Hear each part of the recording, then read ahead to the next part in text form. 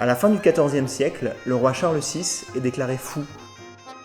C'est vrai qu'on connaît mal cette période, mais c'est pourtant un moment charnière de notre histoire, puisque cette folie va précipiter la France au bord du désastre.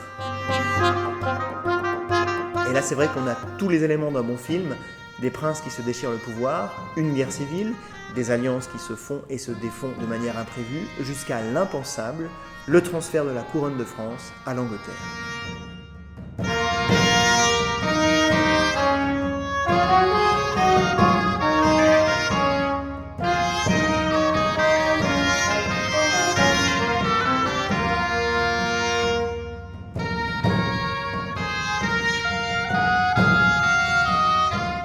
Ce sera l'occasion d'entendre des pièces musicales très rares qui ont pu être données par exemple dans l'intimité de la vie des souverains, mais aussi lors des grands événements officiels et publics qui ont marqué cette époque tourmentée.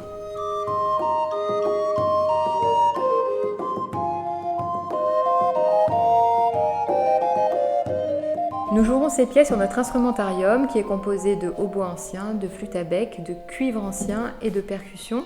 Ce sont tous des instruments qui sont des copies d'instruments d'époque et c'était aussi ceux qui étaient utilisés pendant cette période.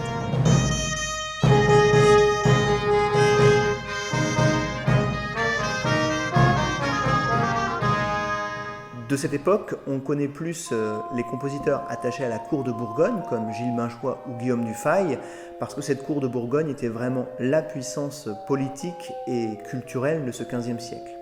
Mais pourtant, à Paris, se sont croisés quelques années plus tôt leurs maîtres, dans un contexte hélas très tumultueux qui a effacé une grande partie des informations biographiques à leur sujet. Qui connaît aujourd'hui Cordier, Tapissier, Grenon ou Pierre Fontaine ? Pourtant, leurs pièces sont le reflet d'une période de transition à cheval entre l'art subtilior, un style du XIVe siècle qui est vraiment le sommet de raffinement en termes rythmiques et mélodiques, et un style qui est beaucoup plus simple, chantant, et qui va devenir la chanson bourguignonne. C'est donc un programme inédit et très vivant qui met en lumière des musiques et des instruments qu'on a rarement l'occasion d'entendre à l'heure actuelle en concert.